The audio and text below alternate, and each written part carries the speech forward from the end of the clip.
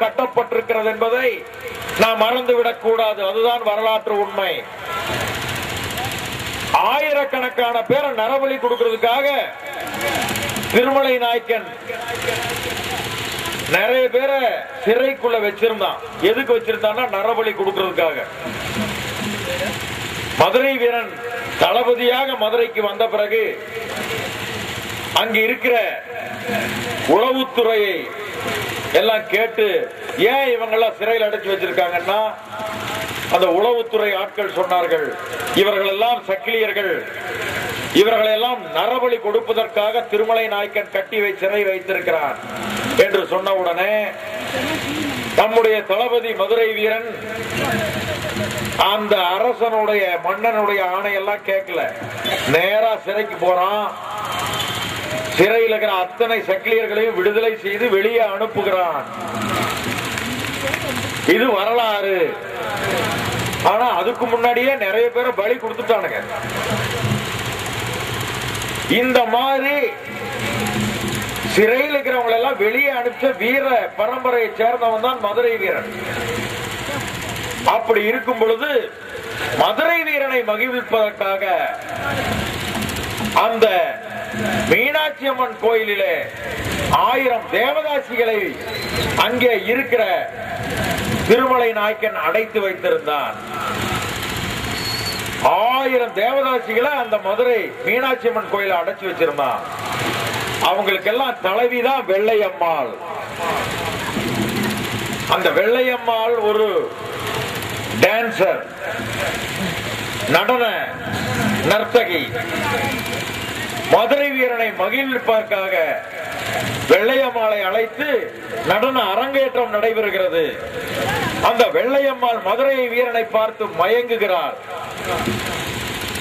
மயங்கி அந்த நடன அரங்கேற்றம் முடிந்த பிறகு பரிசு பொருள் மதுரை வீரன் கொடுக்கிறான் வெள்ளையம்மாளுக்கு. அந்த பரிசு பொருள் கொடுக்கும் பொழுது வெள்ளையம்மாள் சொல்கிறாள், வீரன் அவர்களே, உங்களை பற்றி நான் அறிந்து கொண்டேன். நல்ல இரக்க குணம் படைத்தவர்கள் நீங்கள். உங்கள் சாதியை சேர்ந்தவர்கள் நரபலி கொடுப்பதற்காக அடைக்கப்பட்டு வைத்திருந்தவர்களை எல்லாம் நீங்கள் விடுதலை செய்தீர்கள் என்று கேள்விப்பட்டு நான் மகிழ்ச்சி அடைந்தேன். அதே போல நாங்கள் 1000 தேவதாசிகள் அங்கே அடைபட்டு கிடக்கிறோம். நீ எங்களை விடுவித்து செல்ல வேண்டும் என்ற கோரிக்கையை வெள்ளையம்மாள் மதுரை வீரனிடம் வைக்கிறார். அந்த கோரிக்கையை மதுரை வீரன் ஏற்கிறான். அதன் அடிப்படையில் மீனாட்சி அம்மன் கோயிலுக்கு ஒரு நாள் சென்று அங்கே இருக்கிற தேவதாசிகளை விடுவிக்க வேண்டும் என்கிற நோக்கத்திலே செல்கிறார். ஆனால் அந்த மீனாட்சி அம்மன் கோயில் யார் கட்டுப்பாட்டில் இருக்கிறது என்று சொன்னால், பட்டர்கள் என்று சொல்லக்கூடிய நூற்றுக்கணக்கான பார்ப்பனர்கள், நன்கு கொழுத்து தின்ற, அவனு திங்கிறது மட்டும்தான் வேலை. பாப்பானுக்கு திங்கிறது அனுபவிக்கிறது தான் வேலை. அப்படிப்பட்ட பார்ப்பனர்களுடைய கட்டுப்பாட்டிலே இந்த தேவதாசிகள் எல்லாம் இருந்தார்கள். அவர்களை எல்லாம் உறங்கி சென்ற பிறகு வெள்ளையம்மாளை முதலில் விடுவிப்போம் என்று மதுரை மீனாட்சி அம்மன் கோயிலுக்கு உள்ளே சென்ற மதுரை வீரன் வெள்ளையம்மாளை விடுவித்து வெளியே கொண்டு வரும்போது விழித்து எல்லாரும் எழுந்து கண்டுபிடித்து விட்டார்கள். வெள்ளையம்மாளை விடுவித்து மதுரை வீரன் கொண்டு போகிறான் என்று தெரிந்தவுடனே அவங்களுக்கு, அங்கே இருக்கிற பார்ப்பனர்களுக்கு, வெள்ளையம்மாளை விடுவித்து விட்ட கொண்டு செல்கிறான் என்று கோபம் வரவில்லை. அவர்களுக்கு வேறொரு கோபம் வருகிறது.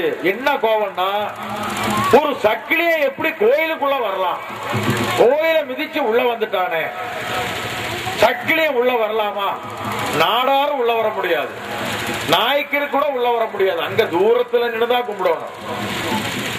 இன்னும் ஒவ்வொரு ஜாதிக்கு இத்தனை அடியில தூரம் நின்னுதான் கும்பிடணும் சட்டம் இருக்கு. அதனாலதான் கோயிலுக்குள்ள போக முடியாதனால கோபுரத்தை கட்டி வச்சான். தூரத்துல இருந்தா கோபுரத்தை பார்த்து கும்பிட்டுக்கிறதுக்கு தான் கோபுரம் கட்டி வச்சான். நீ கோபுரம் எதுக்கு கட்டி இருக்கிறான்? பக்கத்துல போக கூடாது. சக்கிலியன் பக்கத்துல போக கூட தூரத்திலே நின்று கும்பிடுறது, இங்கிருந்தே கும்பிடுறது, அதுக்குதான் கோபுரம். அப்படிப்பட்ட தாழ்த்தப்பட்ட வகுப்பிலே பிறந்த மதுரை வீரன் மதுரை மீனாட்சி அம்மன் கோயிலிலே எப்படி நுழைவதாயிற்று என்று அந்த மீனாட்சி அம்மன் கோயிலினுடைய நுழைவாயிலேயே அங்கே இருந்த பார்ப்பனர்களால் மாறுகை மாறுகால் வாங்கி வெட்டி கொல்லப்பட்டவன் தான் மதுரை வீரன். பார்ப்பனர்களால் தான் கொல்லப்பட்டானே ஒழிய திருமலை நாயக்கினால் கொல்லப்படவில்லை. இதுதான் வரலாறு. ஆக மதுரை வீரன் வழிப்பறி கொள்ளையை மட்டும் தடுத்து நிறுத்தவில்லை, சிறையில் இருக்கிற அருந்ததியர்களை விடுவித்தான், தேவதாசிகளையும் விடுவிக்க வேண்டும், பெண்ணடிமையை ஒழிக்க வேண்டும் என்கிற நோக்கத்தில், வெள்ளையாம்மாளை திருமணம் செய்து கொள்ள வேண்டும் என்கிற நோக்கத்தில் அந்த கோயிலில் இருந்து விடுவிச்சு வரும்போது அதற்காக கொலை செய்யப்பட்டான். கொலை செய்யப்பட்ட பிறகு சக்கிலியர்கள் எல்லாம் ஆர்த்தெழுந்து போய் மதுரை வீரன் கொலை செய்யப்பட்டு விட்டான் என்று பெரிய பெரிய அளவில் கும்பல் சேர்கிறது, கூட்டம் சேர்கிறது. வேறு வழி இல்லாமல் மதுரை வீரனுக்கு மீனாட்சி அம்மன் கோயிலுக்கு வெளியிலேயே கம்பத்தடி வீரர் அப்படின்னு நீங்க போனீங்கன்னா, இப்ப கூட நீங்க யாரும் மதுரை மீனாட்சி அம்மன் கோயிலுக்கு போனீங்கன்னா வெளியில செருப்பு கிழக்கு புறமா செருப்பு கழட்டி விடுற இடத்துல ஒரு சிலை இருக்கு செவுத்துல, அதுதான் மதுரை வீரன் சிலை. அப்படி இன்னைக்கு மதுரை வீரன் சிலையை வெளியே வச்சிருக்காங்க, இன்னும் அதை கூட உள்ள கொண்டு போக முடியல. அப்படிப்பட்ட மிக பெரிய வீரனுக்கு அந்த வழி வந்த நாம் இன்றைக்கு அடிமைகளாக இருந்து கொண்டிருக்கிறோம் என்று சொன்னால், அந்த அடிமை தலையை உடை தெரிந்து இப்ப எல்லாருக்குமே நாம தாங்க விடிவெள்ளி. இந்த நாட்டில் இன்னைக்கு தமிழ்நாட்டில் இருக்கிற 110 நகராட்சிகள் இருக்குங்க, 9 மாநகராட்சிகள் இருக்கிறது. இங்க இருக்கிற துப்புரவு பணியாளர்கள் 99% யார் என்று சொன்னால் சக்கிலியர்கள், அருந்ததியர்கள். இங்க நம்முடைய கலப்பிரர் ஒரு கதையை சொன்னார், எலி கதையை. எலியினுடைய பலம் எலிக்கே தெரியலன்னு சொன்னாரு. அதே போல அருந்ததியர்களுடைய பலம் அருந்ததியருக்கே தெரியல. 110 நகராட்சிகள், 9 மாநகராட்சிகள், 13,000 பஞ்சாயத்து யூனியன்களில அருந்ததியர்கள் கூட்டுற வேலையும் துடைக்கிற வேலையும் மலமல்ற வேலையும் செய்து கொண்டிருக்கிறார்கள். இவர்கள் எல்லாம் ஒரே அணியில் ஒரே அமைப்பின் கீழ் திரண்டு ஒரு வேலை நிறுத்தம் ஒரு 2 நாட்களுக்கு தமிழ்நாட்டிலே செய்தால் இந்த தமிழ்நாடே நாரி போகும். 2 நாள் போராட்டம் போகுது. நம்ம என்னென்ன கோரிக்கை வைக்கிறோமோ அத்தனை கோரிக்கையும் வெற்றி பெறும். இன்றைக்கு ஆதித்தமிழர் பேரவை கள்ளெதிர்ப்பு மாநாட்டை இங்கே நடத்தி கொண்டிருக்கிறது. டிசம்பர் மாதத்தில் திருச்சியில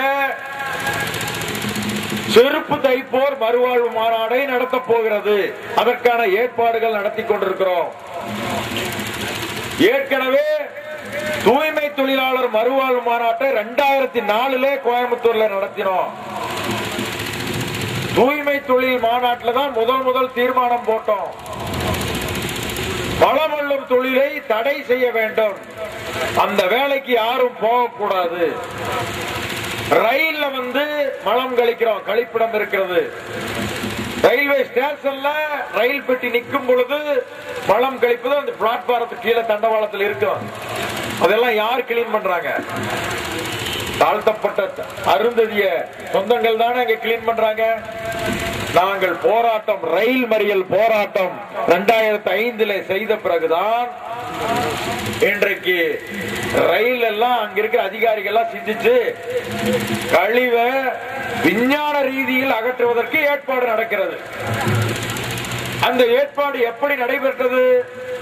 ஆதித்தமிழர் பேரவை ரயிலில மலமல்லும் தொழிலை செய்ய மாட்டோம், தடுத்து நிறுத்துவோம் போராட்டம் நடத்தின பிறகுதான் இன்றைக்கு அதற்கான முயற்சிகளில் ரயில்வே அதிகாரிகள் இறங்கியிருக்கிறார்கள்.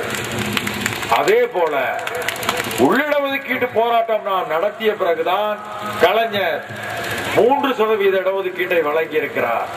நாம் என்ன சொல்றோம்? வளமள்ளும் தொழில்